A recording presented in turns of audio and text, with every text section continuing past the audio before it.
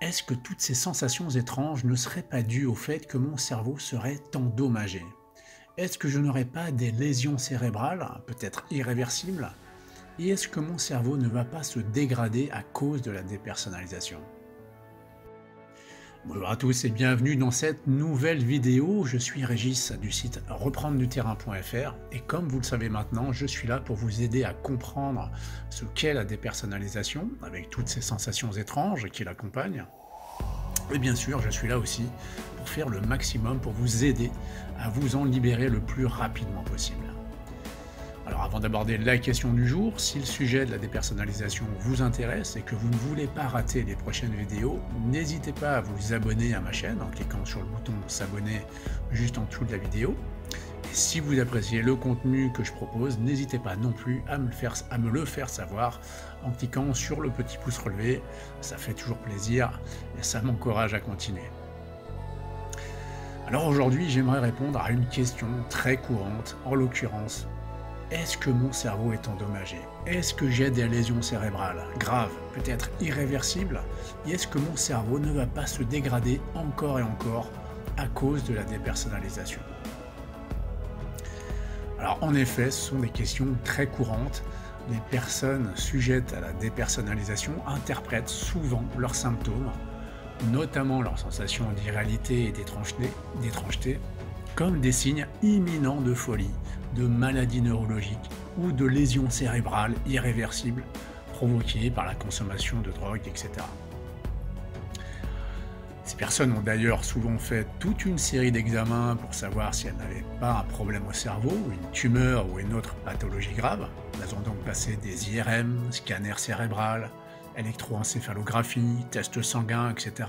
Sans parler de toutes les consultations chez différents spécialistes pour constater au final que tout était OK, qu'il n'y avait rien d'anormal.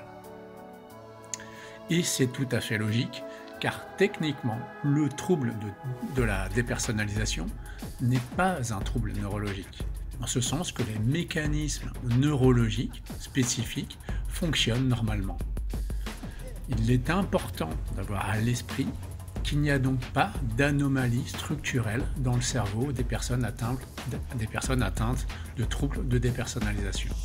La forme et la taille du cerveau sont normales et aucune région n'est endommagée ou atrophiée. Et donc le trouble de dépersonnalisation, s'il est correctement diagnostiqué, n'est pas causé par une lésion cérébrale. Cela dit, avant que ce diagnostic soit établi, une évaluation neurologique doit être effectuée pour écarter toute explication neurologique de vos symptômes. Par exemple, certaines pathologies comme l'épilepsie, ou par exemple si vous avez fait un AVC, peuvent expliquer vos symptômes et c'est donc alors cet autre problème qu'il faut traiter en tant que tel. Mais pour la grande majorité des personnes expérimentant des symptômes de dépersonnalisation, tout est OK au niveau cérébral. Alors bien évidemment, vous allez me dire, d'accord, OK, je n'ai pas de lésion cérébrale, mon cerveau n'est pas endommagé, etc. Mais il y a bien quelque chose dans mon cerveau qui ne fonctionne pas normalement, sinon je n'aurais pas toutes ces sensations. Alors en effet, je comprends tout à fait que vous puissiez vous poser cette question, mais tout ce que je peux vous dire, c'est que s'il existe des anomalies au niveau du cerveau, ce sont des anomalies fonctionnelles, en l'occurrence des anomalies dans la façon dont le cerveau traite l'information et intègre la réalité. Et la neuroimagerie confirme d'ailleurs bien que les personnes atteintes du trouble de dépersonnalisation ont du mal à intégrer les sensations et les émotions. Mais ça, vous le saviez déjà par vous-même. Donc l'imagerie cérébrale révèle parfois des anomalies dans le traitement de l'information chez certaines personnes atteintes de troubles de dépersonnalisation, mais le cerveau lui-même fonctionne tout à fait correctement. Et je tiens à dire qu'il n'y a pas d'aspect irréversible à votre état, ni de dégradation à venir de votre cerveau du fait de vos sensations, de leur intensité, fréquence ou durée. Voilà donc ce que je pouvais répondre assez brièvement aux interprétations assez courantes comme quoi vos symptômes de dépersonnalisation seraient forcément synonymes d'un cerveau endommagé, d'une maladie neurologique grave ou d'un aspect irréversible de votre état. J'espère que si vous aviez certaines craintes par rapport à votre cerveau, cette vidéo vous aura donc rassuré. Dans tous les cas, si vous avez besoin d'aide, que cela soit pour un renseignement, une question, un témoignage ou pour solliciter un accompagnement individualisé, n'hésitez surtout pas à me contacter via mon site reprendreduterrain.fr. Je suis là pour vous apporter toute l'aide et les réponses dont vous avez besoin. Tous les liens utiles, adresse de mon site, lien pour me contacter et lien pour profiter d'un accompagnement individuel sont dans la description en dessous de la vidéo.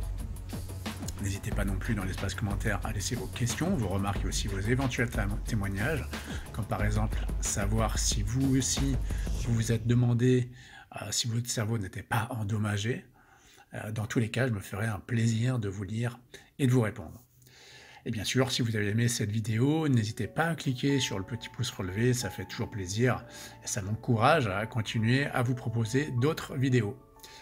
Voilà, donc je vous donne rendez-vous dans une prochaine vidéo, toujours au sujet de la dépersonnalisation, et en attendant, je vous souhaite une très belle journée et à bientôt.